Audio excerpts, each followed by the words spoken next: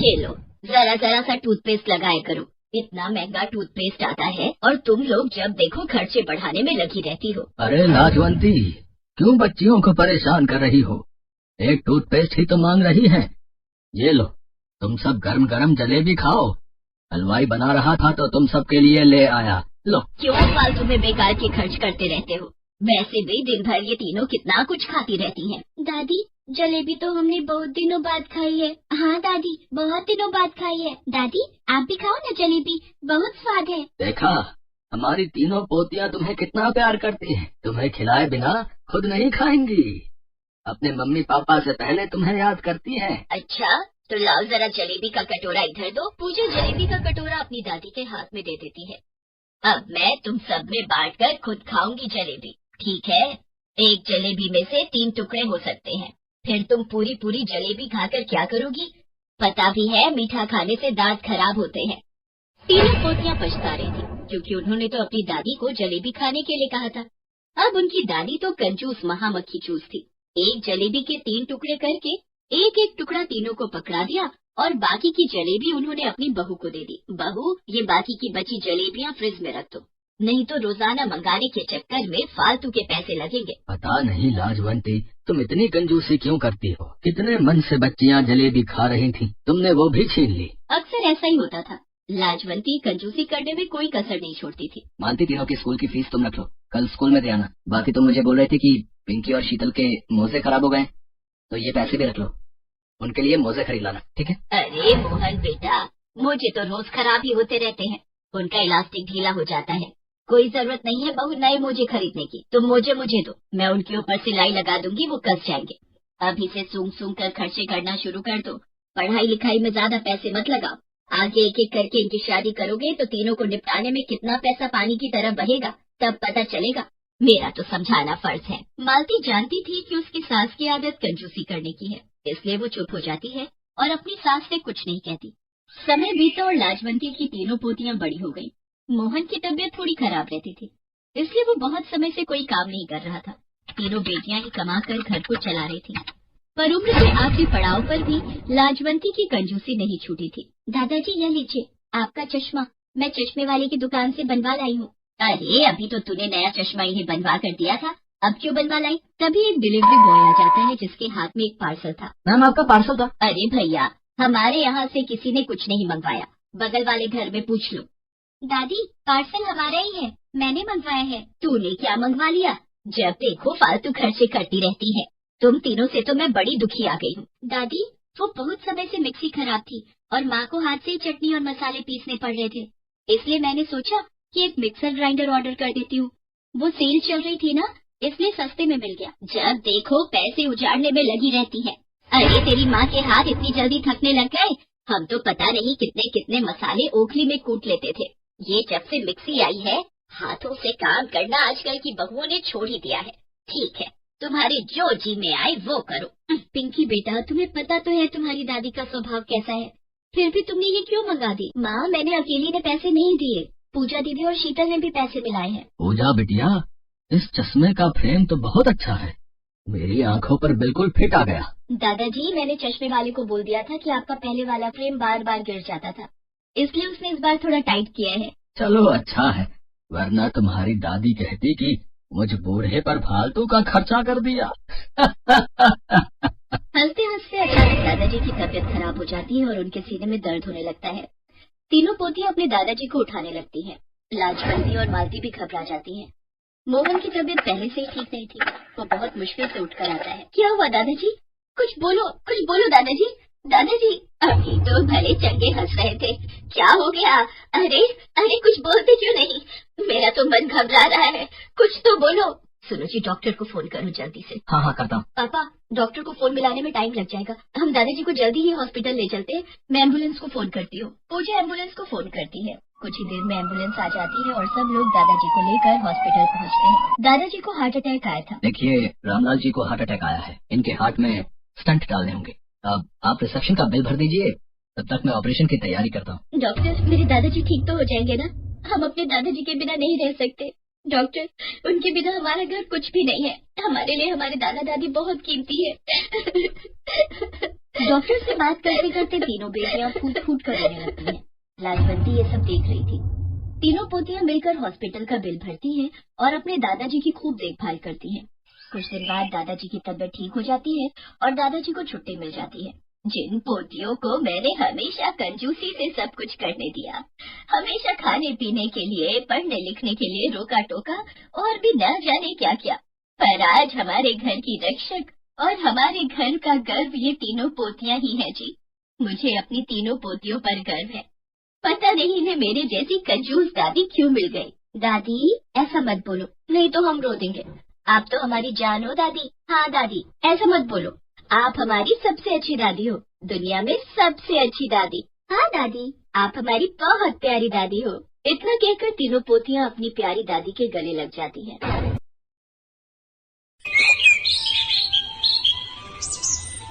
रमा, मधु और सुधा आशा देवी की 3 सरकारी बहुएं।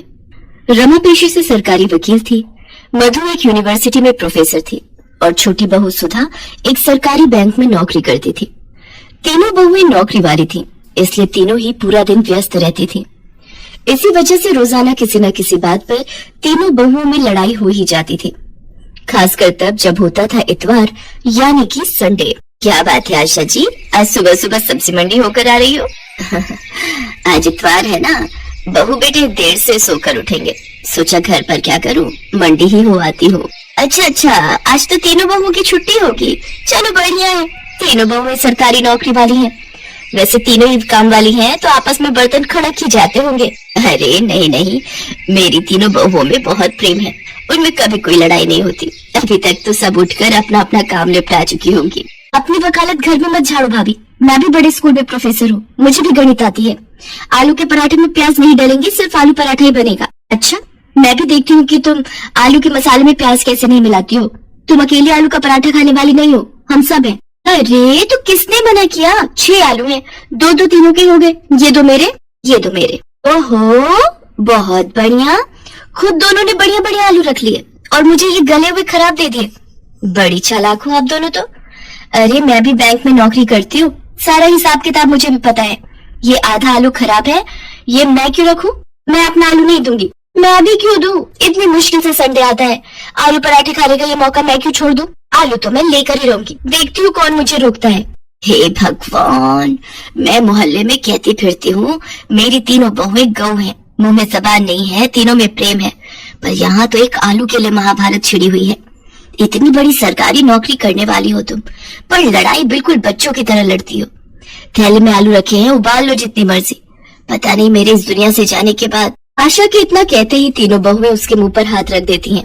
माँ जी, आज कह दिया, आगे से ना कहना। सॉरी माँ जी, आप ऐसी बातें मत करो, आपके बिना हम तीनों अधूरी हैं माँ जी, आगे से ऐसी बातें मुझसे मत निकालना। फिर क्यों लड़ती हो तुम तीनों? देखो, जिस घर में प्यार होता है वहाँ भगवान का वास होता है, इसलिए आपस में प्रेम से रहा करो। आशा देवी अपनी तीनों बहुओं को ऐसी ही प्रेम भरी सीख देती रहती थी। उसके बाद तीनों बहुएं मिलकर एक साथ नाश्ता बनाती हैं।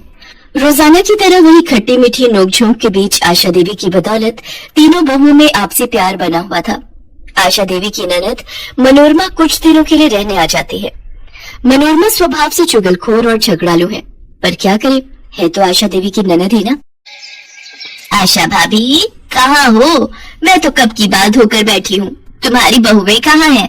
मुझे चाय नाश्ता कौन सी बहू देगी? जी रुको, मैं तुम्हारे लिए पोहा और चाय बनाकर ला रही हूँ। बुआ जी पाए लागू, मैं चलती हूँ, आपको शाम को मिलूंगी। मैं भी चलती हूँ बुआ जी, प्रणाम। ओहो, मुझे भी आज लेट हो गया। मधु भाभी रुको, मुझे अपनी स्कूटी पर जरा बस स्टैंड तक छोड़ देना, आज कैब बुक ही नहीं हो रही। ये बढ़िया बात रही, तीनों बहुएं काम पर निकल गई, अब तुम सारा घर का काम करोगी। तो क्या हुआ जीजी, सफाई बर्तन वाली लगी हुई है, घर का काम करने में हर्ष थोड़ी है। तुम तो ऐसे ही चिंता करती हो। ये लो पोहा और चाय लो, बाकी सब चिंता छोड़ दो। मनोरमा की बुरी आदत चुगली करने की बाज कहाँ आने वाली थी। जब आशा ने उसकी बात को अनदेखा कर दिया तो वो तीनों बहुओं को भड़काने लगी।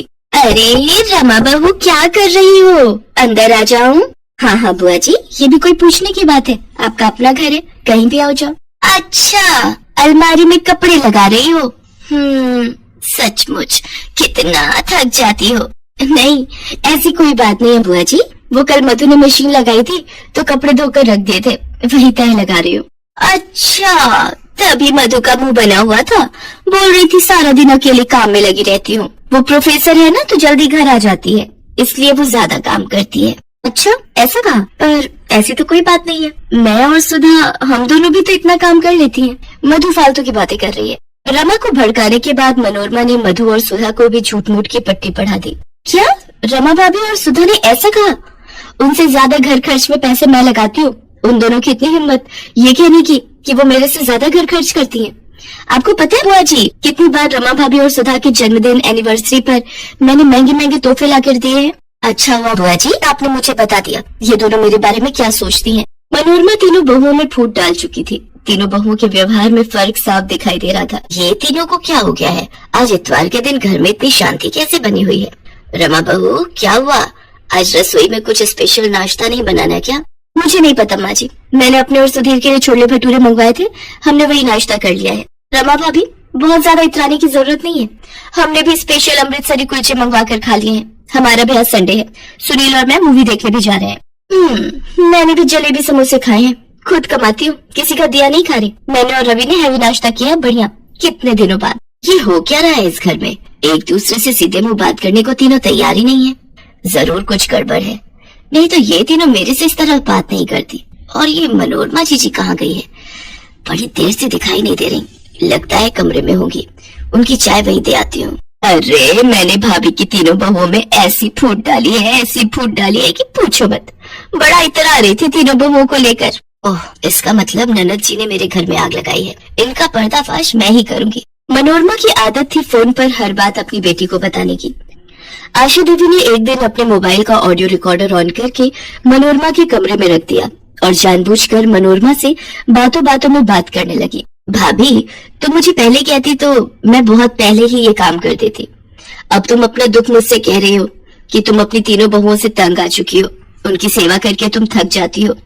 चलो अभी भी कुछ नहीं बिगड़ा है, तुम चिंता मत करो, मैं तुम्हारी तीनों बहुओं में फूट डाल चुकी हूँ। मनोरमा सारी सच्चाई बोल देती है कि कैसे उसने रमा, मधु और सुधा से एक दूसरे के लिए चुगली की थी।